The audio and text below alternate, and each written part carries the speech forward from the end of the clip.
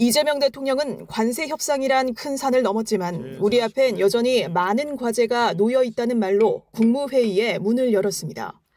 대내외 파고에 맞서 경제 기초 체력을 강화하고 국민 경제 지속 발전을 위한 토대를 더 튼튼히 구축할 필요가 있다는 진단입니다. 그래서 내년이 더욱 중요합니다. 경제, 민생 회복의 불씨를 더욱 키워서 잠재 성장률을 반등시킬 수 있도록 정책적 역량을 총 집중해 주시기 바랍니다. 이 대통령은 이를 위해 적극적인 내수 회복과 국익 중심 통상 강화에 주력해야 한다고 말했습니다. 이어 초혁신 기술 투자 확대와 과감한 균형 성장 전략 추진에 만전을 기해달라고 덧붙였습니다. 물가 안정을 위한 당부도 잊지 않았습니다.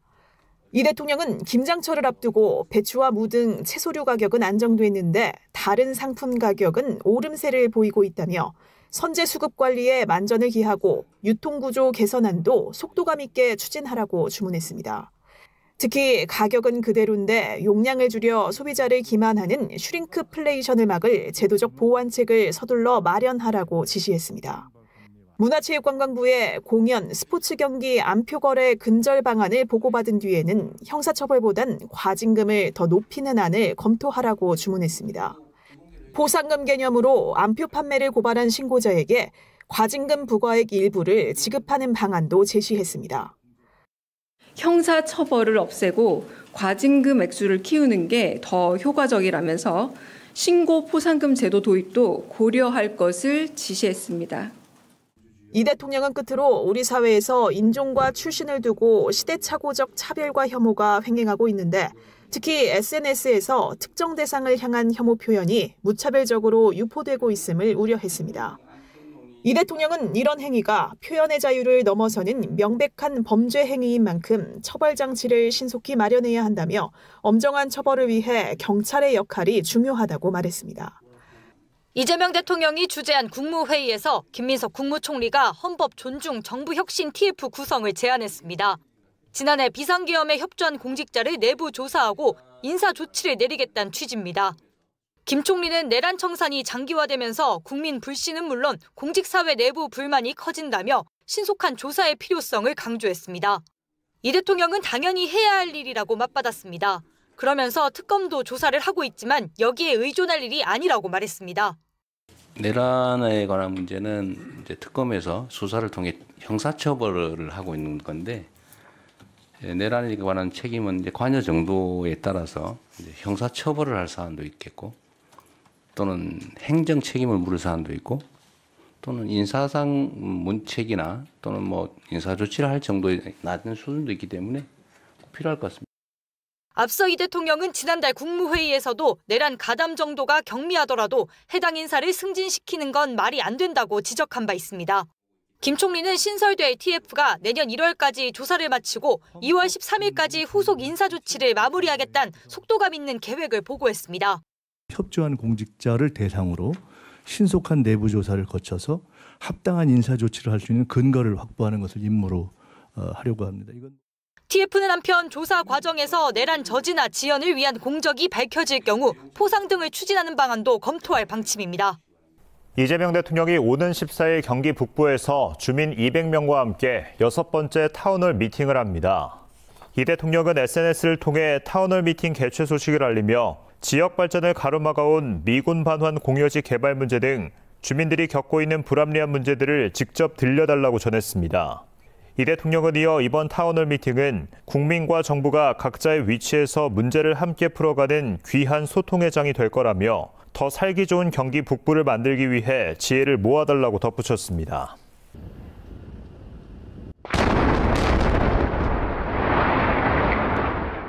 거대한 폭발음과 함께 타워 2기가 한 번에 무너집니다. 연기와 먼지가 솟구치며 주변을 뒤덮습니다. 11일 정오 사고 건물인 보일러타워 5호기 양옆에 위치한 4-6호기가 발파됐습니다. 추가 붕괴 위험에 따른 선제 조치로 9일 오후부터 안전진단과 취약화 작업 등이 진행됐습니다. 이 기간 구조인력 투입은 피해자 가족 동의하에 잠시 중단됐었습니다.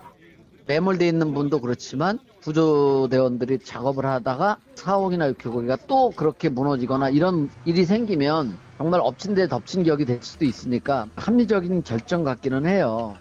중수본은 현장 안정성 확인 후 인력 투입을 재개하는 등 24시간 구조작업 체계를 가동하겠다고 말했습니다. 그동안 활용하지 못했던 크레인 등 중장비도 운용할 예정입니다. 붕괴 사고 엿새째 남은 매몰자는 4명입니다. 이 중 2명은 위치가 확인됐지만 사망으로 추정되고 있습니다. 위치조차 파악하지 못한 실종 인원은 2명입니다. 현재까지 구조된 인원은 5명입니다. 이 중 2명은 병원에서 치료 중이고 나머지 3명은 사망했습니다. 정부는 통합지원센터와 직업트라우마센터를 중심으로 피해자와 가족들을 지원하기로 했습니다.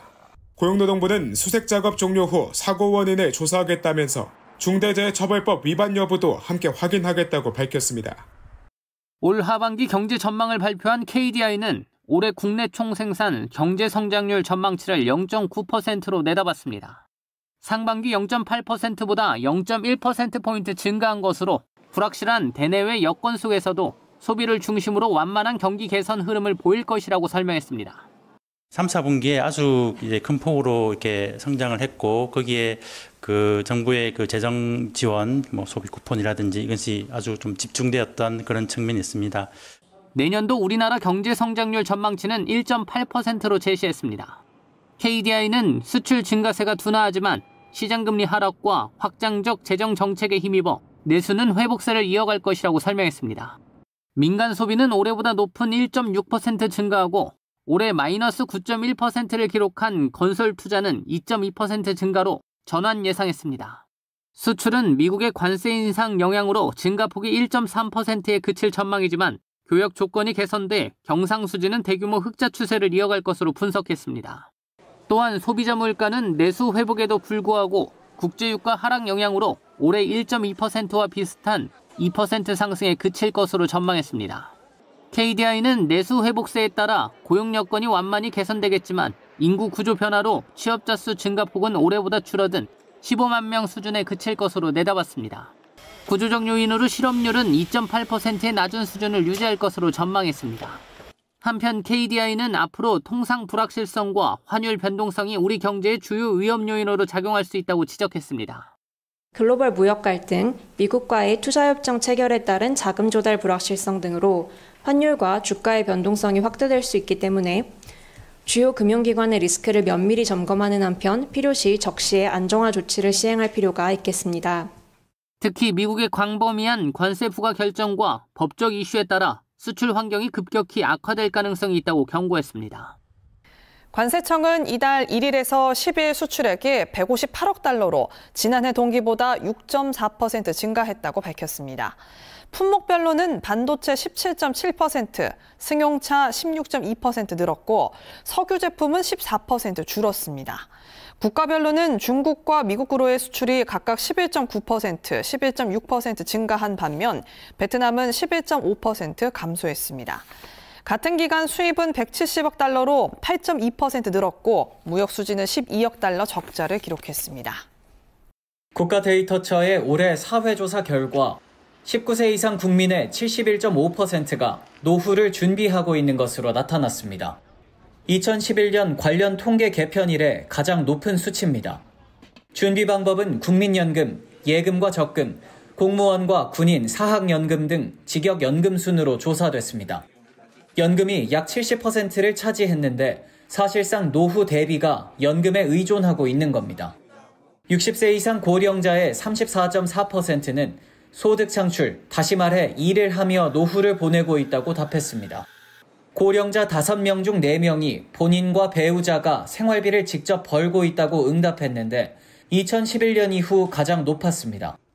국민 노후 생활을 위해 사회가 관심을 가져야 하는 것은 노후 소득 지원이 가장 높게 나타났고 의료, 요양보호 서비스와 노후 취업 지원 순으로 뒤를 이었습니다. 노후 취업 지원이 상위권에 올랐는데요. 취업 지원에 대한 관심은 자녀의 도움보다도 본인 배우자가 직접 생활비를 마련하는 비중이 최고치를 기록한 것이 하나의 배경이 되었다고 볼 수 있습니다. 가구 소득이 여유 있다고 응답한 사람은 15.6%로 2년 전보다 1.9%포인트 늘었습니다. 관련 응답률은 20대 이하가 가장 높았고 60세 이상이 가장 낮았습니다. 내년 가구 살림이 나아질 것이라는 응답률은 27%로 관련 통계 작성 이래 가장 높았습니다. 나빠질 것이라 응답한 비중은 19.1%로 2년 전보다 1.8%포인트 줄었습니다. 성인의 61.6%는 자신의 사회경제적 지위를 중간 정도로 인식했습니다. 낮다고 보는 사람은 34.6%, 높다는 인식은 3.8%를 기록했습니다. 성인 10명 중 3명은 본인과 자식 세대 모두에서 계층이 상승할 가능성이 있다고 봤는데 둘 다 소폭 증가했습니다. 올해 사회조사는 13세 이상 가구원 3만 4천여 명을 대상으로 복지와 사회참여, 소득과 소비 등 5개 분야에서 이뤄졌습니다. 지난 8월 발생한 서대문구 초등학생 유인미수 사건. 정부가 사건 후속 조치로 어린이 등하굣길 안전확보 종합대책을 마련했습니다. 우선 어린이 약취 유인 범죄에 무관용으로 대응하겠다고 밝혔습니다. 중대한 범죄의 경우 범죄자 신상 공개는 물론 법정형 상향, 양형 기준 강화 등 입법 논의도 적극 지원하여 범죄 억지력을 높일 방침입니다. 어린이 유인 범죄 관련 112 신고는 최우선 신고로 분류됩니다. 임의로 현장 종결이 불가한 코드1으로 신고받고 피해 어린이에 대한 보호 조치까지 진행됩니다. 유괴 예방 교육을 체험형과 참여형으로 전환해 실제 상황에서 아이들이 배운 대로 행동할 수 있도록 교육하기로 했습니다. 아이들이 안심하고 다닐 수 있는 환경도 조성됩니다. 정부는 통학로 주변의 범죄 취약 요소를 집중 점검하고 환경 개선 사업을 확대하겠다고 밝혔습니다. 학교 주변 250여 개소에 CCTV 설치를 위한 재난안전 특교세 50억여 원을 연내에 지원하고 지능형 관제 시스템을 확대해 안전 사각지대를 최소화할 계획입니다. 서울 지역 244개 교에서만 진행되고 있는 하굣길 안심기가 서비스를 모든 초등학생 대상으로 확대합니다. 이를 위해 아동안전지킴이 410명을 증원하는 등 인력도 늘립니다. 행안부는 다음 주까지 2주 동안 전국에서 어린이 약취 유인 예방 캠페인을 진행하기로 했습니다. 이 기간 기업과 함께 휴대용 경보기 등 어린이 안전물품을 배포할 예정입니다. 이지스 구축함 등 해군의 주요 함대가 위용을 드러내며 바다를 가릅니다. 적의 유도탄을 탐지하기 위해 일사불란하게 진영을 바꾸며 기동성을 발휘합니다. 해군이 창설 80주년을 맞아 지난 9일부터 2박 3일간 남해와 동해를 오가며 해상 기동훈련을 진행했습니다. 이번 훈련에는 이지스 구축함인 정조대왕함, 율곡 2함, 서해 류승룡함을 포함해 함정 7척과 항공기 3대가 투입됐습니다. 이지스함은 최대 탐지거리가 1000km에 달합니다. 적의 미사일 공격을 탐지 추적할 수 있는 해군의 핵심 전력으로 3척이 동시에 기동훈련에 투입된 건 이번이 처음입니다. 특히 이번 훈련에는 기동함대 사령관이 직접 함정에 올라 현장을 지휘했습니다. 기동함대는 해역에 따라 임무가 부여되는 기존 해군 함대와 달리 유사시 어느 지역이든 투입되기 때문에 훈련은 대함전, 대잠전, 방공전 등을 포함한 복합 상황에 대응하는 방식으로 진행됐습니다. 언제 어디에서나 부여된 임무를 완벽히 수행할 수 있는 작전 수행 태세를 확립할 수 있었습니다. 향후에도 기동함대는 압도적인 전력으로 유사시 전승을 보장하는 군사대비 태세를 지속적으로 확립하겠습니다.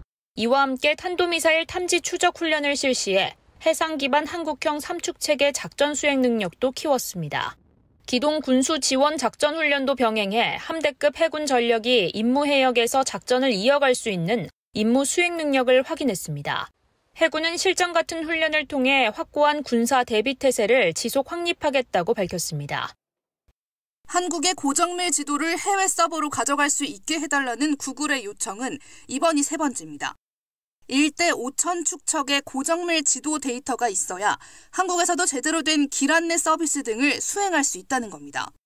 현재는 한국에서 구글 지도를 이용할 때 길찾기 기능이 원활하지 않습니다. 정부는 안보를 이유로 국내 고정밀 지도 반출 불가 입장을 고수하면서 군사 보안시설 가림 처리와 좌표 노출 금지를 요구했습니다. 또 구글이 국내에 데이터 센터를 구축해 서비스하라는 방안을 제시했습니다. 구글은 최근 정부의 요구사항을 수용하겠다는 의사를 밝혔습니다. 하지만 핵심 쟁점인 국내 데이터 센터 설치에 대해선 불가 방침을 밝혔습니다. 정부는 협의체 회의에서 구글의 고정밀 지도 국외 반출 신청에 대한 심의를 보류했습니다. 구글이 정부가 제시한 3가지 요구 중 2가지를 최근 받아들이겠다고 밝혀놓고도 정작 보완 신청서를 추가로 제출하지 않았다는 이유입니다. 3가지 요구사항은 영상 보안 처리와 좌표 표시 제한, 국내 데이터 센터 설치입니다. 정부는 구글이 보완 신청서를 추가로 제출할 경우 심의를 다시 거쳐 지도 반출 여부를 최종 결정할 계획입니다. 불완전한 정보 제공으로 인해 소비자 피해가 자주 발생했던 예식장과 결혼 준비 업체. 제도적으로 사각지대에 놓여 있던 이 같은 결혼과 체육 서비스업에 중요 정보 제공 의무가 강화됩니다. 공정거래위원회가 결혼 서비스업 사업자를 대상으로 기본 서비스와 선택 품목의 항목별 세부 내용을 비롯해 요금을 공개하도록 했습니다. 계약 해지에 따른 위약금과 환급 기준 등에 대한 공개도 의무화했습니다. 이러한 내용을 사업자 누리집이나 한국소비자원 참가격 중 한 곳과 계약서 표지에 표시해야 합니다. 결혼 준비 대행업자가 제휴 사업자를 통해 사진 촬영이나 드레스 대여 등의 서비스를 제공할 경우에도 제휴 사업자별로 중요 정보사항을 표시해야 합니다. 요가와 필라테스 사업자에 대한 관리도 강화됩니다. 통상 수개월의 이용료를 먼저 결제한 뒤 수업이 이루어지는데 중도 해지와 환불 조건 등에 대한 소비자 피해가 이어지고 있기 때문입니다.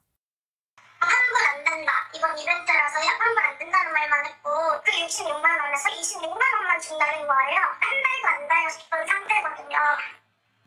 이에 공정위는 서비스의 구체적인 내용과 요금 체계를 비롯해 중도 해지 환불 기준 등을 사업장 게시물과 수강 등록 신청서에 표시하도록 했습니다. 광고할 때도 해당 내용을 기재해야 합니다. 이와 함께 헬스장과 요가, 필라테스 사업자의 보증보험 가입 여부 등 소비자 피해 보상 수단에 대한 내용도 표시해야 합니다. 보증보험에 가입하였을 경우에는 보장기관명과 보장기간, 보장 금액도 추가로 알리도록 했습니다. 공정위는 사업자들이 이를 지키기 위해서는 준비기간이 필요하다고 보고 앞으로 6개월간 계도기간을 운영할 방침입니다. 미국의 블랙 프라이데이, 중국의 광군절 등 해외 대형 할인 행사가 이어지고 있습니다. 연말을 맞아 크리스마스 용품 등 다양한 직구 상품 구입이 늘고 있는 상황입니다. 관세청이 이달 11일부터 6주간 불법 직구 제품 특별 단속을 실시합니다. 겨울철 사용이 많은 난방 제품과 스포츠 크리스마스 용품을 중심으로 안전기준 적합 여부와 유해 성분 검출 여부 등을 점검합니다. 국가기술표준원과 식품의약품안전처 등과 함께 안전인증 미필 또는 허위 표시 여부 등을 확인합니다. 이번 집중 단속은 겨울철 난방, 동계 스포츠용품 및 직구물품의 안전성에 주안점을 두고 실시할 계획입니다. 국민 생활과 밀접한 품목들에 대한 수입 통관 전 안전성 검사를 실시하여 겨울철 자주 발생하는 국민들의 안전사고 예방이 주 목적입니다. 관세청은 관계기관 전담 인력으로 구성된 국경관리위험센터와 공조해 전파법 위반 이력이 있는 법인과 연관업체까지 분석하는 전방위적 단속을 실시합니다. 특송이나 국제우편물로 반입되는 식품류 대상 검사도 이루어집니다. 주요 해상특송 통관세관에 배치된 식약처 인력과 함께 건강기능식품 등 현품 개장 검사와 안전성 분석을 실시하기로 했습니다. 국내 기업의 지식재산권이 침해된 물품 검사도 강화됩니다. 지난 9월 K브랜드 간담회에서 한국 기업의 요청 품목을 중심으로 중국발 화장품과 의류, 연예인 포토카드, 전자기기 등을 점검할 계획입니다. 관세청 관계자는 해외 직구의 경우 제품의 공식 판매처를 통해 구매하는 게 가장 좋고 가급적 KC 인증을 받은 제품을 고르는 게 바람직하다고 강조했습니다. 올해 수능 응시자는 작년보다 3만여 명 늘어난 55만 4,174명입니다. 교육부는 전국 1,300여 개 시험장을 대상으로 안전점검을 끝냈습니다. 단 하루 동안 치러지는 중요한 시험인 만큼 수험생들은 유의사항을 꼼꼼히 살펴야 합니다. 우선 시험 당일 8시 10분까지 수험표와 신분증을 챙겨 지정된 시험실에 입실해야 합니다. 신분증은 주민등록증과 운전면허증, 여권 등이 모두 가능합니다. 단 모바일 신분증은 인정되지 않습니다. 시험장 반입 금지 물품도 확인해야 합니다. 휴대전화는 물론 스마트워치와 태블릿, 전자사전 같은 모든 전자기기의 반입이 금지됩니다. 전자담배와 보조배터리 등 충전식 물품도 시험장 안에 가져갈 수 없습니다. 실수로 전자기기를 시험장에 가지고 온 경우에는 1교시 시작 전까지 감독관의 지시에 따라 전자기기를 제출해야 합니다. 만약 이제 전자기기를 제출하지 않고 계속 가지고 있다가 적발되는 경우에는 부정행위로 처리되며 그 시험은 무효가 되니 이 점 꼭 유의하시기 바랍니다. 시계는 결제 통신 기능과 전자식 화면 표시기가 없는 아날로그 시계만 허용됩니다. 보청기, 연속 혈당 측정기 등 의료상 특별한 이유로 휴대가 필요한 물품의 경우 가능하지만 매교시마다 감독관의 사전 점검을 거쳐야 합니다. 4교시 탐구 영역 응시 방법도 숙지해야 합니다. 한국사 영역에 응시하지 않으면 전체 시험이 무효 처리됩니다. 이어 탐구 영역은 본인이 선택한 과목의 응시 순서에 맞게 문제를 풀어야 합니다. 수능 영어 듣기 평가 전후 5분을 포함한 13일 오후 1시 5분부터 1시 40분까지는 전국의 모든 항공기 이착륙이 전면 통제됩니다. 이와 함께 수능 당일 전국의 모든 병역 판정 검사장은 문을 열지 않습니다. 따라서 대상자는 휴무일에 방문하는 일이 없도록 본인의 검사 일시를 확인해야 합니다. 실컷 장난 아니시네. 넷플릭스 예능 프로그램 흑백요리사에 출연해 뛰어난 실력으로 주목받은 안유성 명장. 대한민국 명장은 명성에 걸맞게 한 해 배출되는 인원이 제한적이고 선정 과정도 까다롭습니다. 최소 15년 이상의 경력이 필요하고 기술 발전과 후진 양성에도 공헌해야 합니다. 명장 선정 시기 평균 연령도 50대 중후반으로 청년들의 명장 진입은 녹록지 않습니다. 정부가 기특한 명장 제도를 신설해 명장 진입 연령을 앞당기기로 했습니다. 기능올림픽 국가대표 출신 청년을 기술회원으로, 직업계 고등학생을 학생회원으로 선발합니다. 학생회원으로는 대회 입상자나 국가기술 취득자, 특허 보유자 가운데 20명 내외를 선정합니다. 각 시도 교육감의 추천 이후 심사위원회의 심의를 거치게 됩니다.